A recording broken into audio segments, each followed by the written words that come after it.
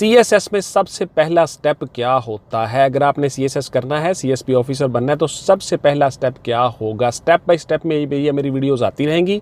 आज की वीडियो सबसे पहले मैं आपको बताऊंगा सीएसएस क्या होता है, आपने सबसे पहले क्या करना है। चीज़ों को गौर से सुनते जाइएगा, नोट करते जाइएगा। आपको ये सारी चीज़ों जो मैं बताने जा रहा हूँ, जो मैंने सीरीज शुरू की है, ये किसी एकेडमी में आपको ये चीज़ें नहीं मिलेंगी। डिटेल के साथ हर चीज़ आपको बताऊंगा और एक एक चीज़ बताऊंगा, एक एक जुमले में आपके लिए सारी चीज़ें होंगी। अस्सलाम वालेकुम व्यूअर्स, मैं हूं रज़ा बुखारी और आप देख रहे हैं बुखारी स्पीक्स यूट्यूब चैनल। तो इस चैनल पे मैं आपके लिए सर्विस ओरिएंटेड वीडियोस बनाता हूं और आपको जॉब के मराहिल बताता हूं। चैनल को सब्सक्राइब करके बेल का आइकन जरूर दबा दें, ये आप ही का फायदा है। मुझे इन चीज़ों की अब ज़रूरत नहीं है। आपको नोटिफिकेशन आ चुका हो और आप कहीं बिजी हैं तो बाद में भी ये वीडियो देख लें। तो सबसे पहले सुन लें जी CSS is a central superior services exam. Basically it's a job exam under federal public service commission. Pakistan के अंदर ये इम्तहान होता है। ग्रेड 17 में आपको डिफरेंट ग्रुप्स में एलोकेट किया जाता है। गौर से सुनते जाइएगा। फेडरल पब्लिक सर्विस कमीशन के जरिए से आपका एक एग्जाम कंडक्ट होता है जिसमें 3 मराहिल हैं। आपका रिटन है, साइकोलॉजिकल असेसमेंट टेस्ट है और आपका वाइवा और इंटरव्यू है।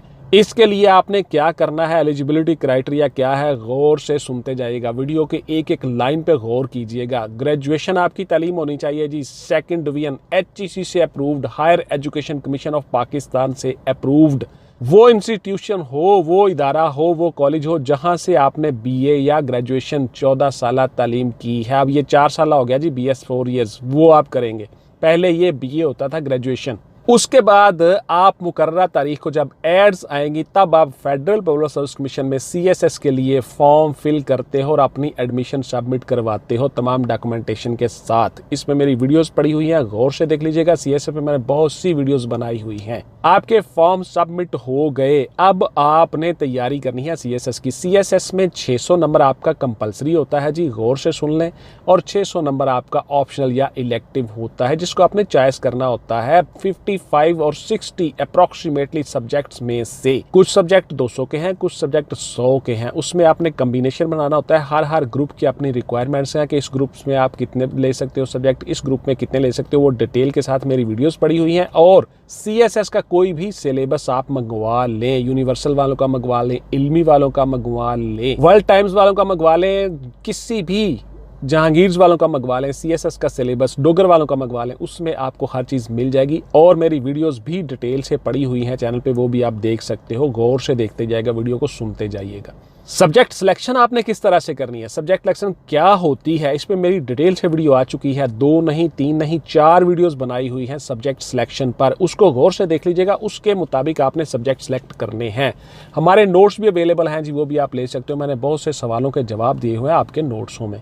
आपने सब्जेक्ट सिलेक्शन कर ली, आपने CSS का एडमिशन भिजवा दिया। अब आपने उसकी तैयारी करनी है। तैयारी के लिए हमारे नोट्स अवेलेबल हैं और बहुत सी चीज़ें मैं बताता हूं इन वीडियोस में, स्टेप बाय स्टेप आपको बताता जाऊंगा। अब इन वीडियो का जो मैंने सिलसिला शुरू किया है, इसमें मैं आपको बताऊंगा कि आपने पेपर किस तरह से हल करना है, पेपर की लेंथ कितनी होगी, क्वेश्चन की लेंथ कितनी होगी, क्वेश्चन किस तरह से हल करना है, कितने क्वेश्चन हल करने होते हैं, क्या क्या होता है। और CSS के हर पेपर में चूंकि अब आपका 100 नंबर में से 20 मार्क्स का MCQ का एक सवाल होता है, तो 20 मार्क्स के हर पेपर के MCQ लिए कहाँ से तैयारी करनी है, और बाकी जो 80 मार्क्स हैं उसमें सब्जेक्टिव आपने कहाँ कैसे कैसे करना है, इसमें मैं डिटेल के साथ आपको चीज़ें बताऊंगा इंशाल्लाह। उसके बाद जी आपके मज़ामीन सिलेक्शन हो गई, सारा कुछ हो गया। अब आपने तैयारी शुरू कर देनी है। अब आपने एक एक सब्जेक्ट के ऊपर पूरी मेहनत करनी है।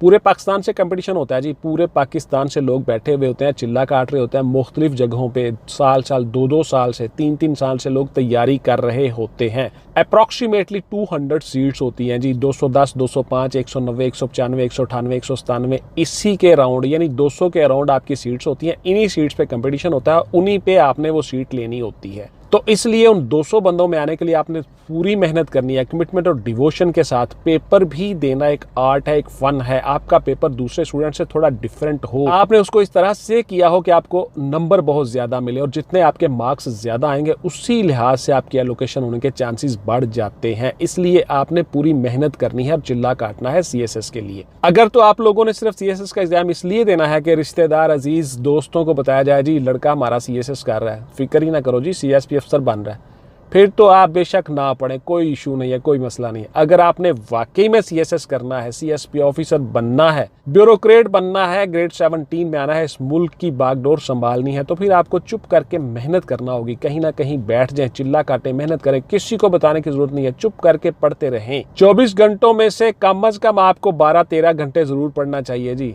लेकिन जो कमिटेड लोग होते हैं, गौर से सुन लें, 24 घंटों में से 16-16, 18-18 घंटे पढ़ते हैं। मैं ऐसे लोगों को जानता हूँ, मेरी वीडियोस पड़ी हुई हैं, आप देख सकते हैं। मैंने डिटेल के साथ उन वीडियोस में उन लोगों का जिक्र किया हुआ है जिन्होंने ऐसा किया है, और आप लोग भी कर सकते हो। एवरीवन कैन डू, आप में से हर बंदा कर सकता है जी। जापानीज कहते होते हैं, if one can do I can do.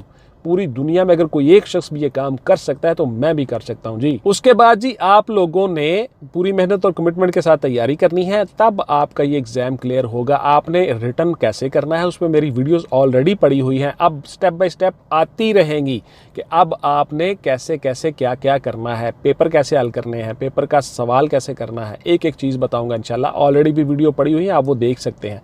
अच्छा, फारिग टाइम जब भी आपके पास हो, आप चैनल पे आके सीएसएस की वीडियो ज़रूर देखा करें। अगर आप सीएसएस कर रहे हो तो 10 मिनट की वीडियो होती है, इसको गौर से देख लिया करें। आपको किसी एकेडमी में इस तरह के लेक्चर्स नहीं मिलेंगे जो मैं आपको बता रहा हूँ, पूरी गारंटी के साथ ये बातें आपको मैं बता रहा हूँ। उसके बाद जी सब्जेक्ट सिलेक्शन का थोड़ा सा मैं आपको यहाँ पे टच दे देता हूँ कि आपने सब्जेक्ट बेटा वही सिलेक्ट करने हैं जो आपने पढ़े हुए हैं और बचपन से पढ़ने का शौक है आपको। ये किसी के कहने पर आपने नहीं करने के जी फलां सब्जेक्ट ले लो, वो बड़ा स्कोरिंग है, बड़े स्कोर देता है। और भाई आपको उस सब्जेक्ट का पता ही नहीं है तो आपको कैसे स्कोर देगा? उस बंदे को पता होगा जो वो ये कह रहा है कि बड़ा स्कोरिंग है, बिकॉज उसने वो पढ़ा हुआ है, उसकी दिलचस्पी है उसमें, इसलिए वो आपको ये मशवरा दे रहा है। लेकिन ये वेरी करता है पर्सन टू पर्सन। आपको ज्योग्राफी में दिलचस्पी ही नहीं है तो मैं आपको कहता रहूँ कि ज्योग्राफी में बड़े नंबर आते हैं, आप नहीं ले सकते जी, आपको पता ही नहीं ज्योग्राफी का। आपका मैथ्स बहुत अच्छा है, आपकी फिजिक्स बहुत अच्छी है, आप उसमें ज़्यादा अच्छे नंबर ले सकते हो, तो आपने वही लेना है, फिजिक्स और मैथ ही लेना है। किसी के कहने पे सब्जेक्ट सिलेक्शन नहीं करनी, अपनी ज़ात के अंदर देखना है कि मैं क्या कर सकता हूँ, मुझे क्या चीज़ अच्छी तरह से आती है, मेरा शौक क्या है, मुझे पढ़ने के लिए क्या पसंद है, किसको मैं अंदर से फील करके पढ़ता हूँ, कि किसको पढ़ना मुझे अच्छा लगता है, वो सब्जेक्ट आपने लेना है, याद रखिएगा। इसी तरह से जब आपने इंटरव्यू की तैयारी करनी है तो आपने अपनी हर चीज़ को देखना है कि आप कौन से लिबास को अच्छी तरह से कैरी कर सकते हो, वही लिबास पहनना है। किस तरह से बॉडी पोस्चर आपका है, किस तरह से आप ईजी फील करते हो, और इसमें मेरी बहुत सी वीडियोस पड़ी हुई हैं। आप इंटरव्यू में कैसे बैठोगे, आपका बॉडी पोस्चर कैसा होगा, हाथों की पोजीशन क्या होनी है, अपने बॉडी लैंग्वेज क्या होती है, जवाब कैसे देना है, जिस सवाल का जवाब नहीं आता उसका जवाब कैसे देना है, ये डिटेल से मैंने चीज़ें बताई हुई हैं। आप मेरे चैनल पे आके वो सारी वीडियोज़ देख सकते हैं। अच्छा जी, सीएसएस में कितने मार्क्स वाले बच्चे पास होते हैं, आपका ये सवाल होता है, तो गौर से सुनते जाइए, इसी वीडियो में बता देते हैं जी। 40% वाला बच्चा पास होता है और ओवरऑल एग्रीगेट 50% होगा तो आपको इंटरव्यू के लिए कॉल किया जाएगा। मिसाल के तौर पर अगर 1200 नंबर है तो 600 नंबर वाला बंदा एलिजिबल हो जाता है, रिटर्न में से आपको इंटरव्यू के लिए कॉल किया जाता है। तो इसलिए 50% आपका एग्रीगेट है जी, और 40% वाला पास होता है। कम से कम 40% नंबर हो एक पेपर में, तब आप सीएसएस में क्वालिफाई करते हो, पास होते हो।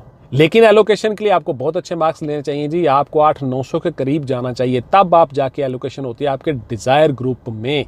अदरवाइज फिर आप जो नीचे नंबर आते जाएंगे, आपके ग्रुप नीचे आते जाएंगे, हत्ता कि आप OMG में आ जाओगे, ऑफिस मैनेजमेंट ग्रुप में। ग्रेड 17 ही होगा लेकिन वो ग्रुप नीचे आ जाएगा। और जो नॉइज एंड वैल्यू के हिसाब से बहुत अच्छे ग्रुप हैं, जैसे कि फॉरेन सर्विस है, जैसे कि पुलिस सर्विसेज ऑफ पाकिस्तान है, जैसे कि पाकिस्तान एडमिनिस्ट्रेटिव सर्विसेज है जिसमें असिस्टेंट कमिश्नर आप बनते हो, फॉर्मली ये DMG हुआ करता था, डिस्ट्रिक्ट मैनेजमेंट ग्रुप। तो इन ग्रुप्स में, बड़े ग्रुप्स में कस्टम है, उसके बाद इनलैंड रेवेन्यू है, उसमें इन बड़े ग्रुप्स में आने के लिए आपको फिर बहुत अच्छे नंबर लेने होंगे। डिज़ायर ग्रुप तभी मिलेगा जब आपके मार्क्स अच्छे होंगे। क्या शादीशुदा लोग भी CSS कर सकते हैं? बिल्कुल आप कर सकते हो जी, इसमें शादीशुदा गैर शादीशुदा का कोई चक्कर नहीं है। ये पाकिस्तान आर्मी की तरह नहीं है जी, कैप्टन बन के ही आप शादी करोगे, आप इसमें शादी कर सकते हो, कोई इशू नहीं है। CSS के लिए सर बेहतरीन डिग्री कौन सी है?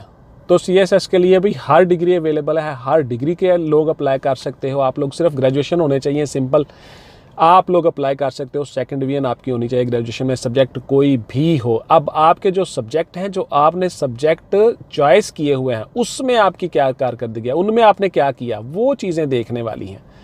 अब इस पर डिपेंड करता है जी, आपने जो सब्जेक्ट लिए हुए हैं, जो चॉइस किए हैं, उनमें आपने कैसा परफॉर्म किया है। जो मर्जी सब्जेक्ट हो जी, चल जाते हैं, बहुत से लोग ऐसा कहते हैं कि सर मैं क्या इंग्लिश लिटरेचर में मास्टर करके तो क्या मैं CSS आसानी से कर जाऊँगा, क्या मैं LLB करके CSS आसानी से कर जाऊँगा?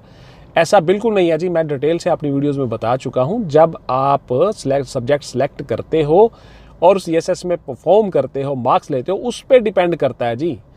आपकी इंग्लिश ऐसी हो कि आपको चीज़ों को रिप्रोड्यूस करना आए, ग्रामर अच्छी हो, स्पेलिंग मिस्टेक्स ना हो, एटसेट्रा, आप आसानी से CSS कर जाते हो, कोई इतना मुश्किल नहीं है। लेकिन you have to committed your cause, आपको अपने कॉज के साथ पूरा कमिटेड होना होगा, वक्फ करना होगा अपने आप को अपनी स्टडीज़ के लिए, for your cause, for your studies, then you will succeed, आप तब कामयाब होंगे जी। तो इस तरह से आप CSS में आते हो और पहले स्टेप में आप ये सारी चीज़ें करते हो। अब मैं आपको बताऊंगा कि आपका सेकंड स्टेप क्या है, आपने सब्जेक्ट्स को पढ़ना कैसे है, रूटीन कैसे होनी चाहिए आपके सब्जेक्ट की, डेली किस तरह से पढ़ना है, क्या क्या करना है। अब इस पर मेरी नेक्स्ट वीडियो आएगी इंशाल्लाह, उसमें आपको हर चीज़ डिटेल के साथ बताऊंगा और ये स्टेप बाय स्टेप आती रहेंगी जी। आपके थंबनेल पे नंबर लगा होगा जी, lecture number 1, lecture number 2, lecture number 3, इस तरह से ये सीरीज़ चलेगी। और इसी तरह से मेरी सीरीज़ मिलिट्री की चलेगी जी, ISSB में। वो भी मैंने सोचा है कि अब मैं बच्चों को वो सारी चीज़ें दे दूं, इनको घर बैठे आराम से ये तैयारी कर लें, इनको कहीं जाना ना पड़े। जो दूर दराज पाकिस्तान में लोग बैठे हुए हैं वो लोग भी आराम से तैयारी करते रहें। उसके ऊपर जी आपको रिटन फॉर्म में जो हार्ड कॉपीज़ मिलती हैं, आपके जो नोट्स मिलते हैं वो हमारे अवेलेबल हैं, वो आप ले सकते हो, आपको आपके डोर स्टेप पे मिल जाएंगे जी। पाकिस्तान पोस्ट के ज़रिए से हम भिजवाते हैं जी, डाकखाने के ज़रिए। अगर आप स्कर्दू में, गिलगित, गांचे, कहीं पे आप बैठे हुए हैं वहाँ पे पहुँच जाएंगे।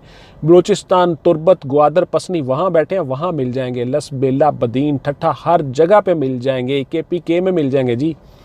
आज़ाद कश्मीर में जहाँ भी आप बैठे हो आपको हमारे नोट्स मिल जाएंगे, आप वो नोट्स से फ़ायदा उठा सकते हो। तो ये थी जी मेरी आज की CSS की पहली वीडियो। फर्स्ट स्टेप पे आपने करना क्या है, इंशाल्लाह सेकंड स्टेप में आपको बताऊंगा कि आपने तैयारी कैसे करनी है, सब्जेक्ट्स कैसे तैयार करने हैं। इंशाल्लाह मिलेंगे जी अगली वीडियो में। टिल देन टेक केयर, अल्लाह हाफिज़ एंड गुड बाय। पाकिस्तान जिंदाबाद।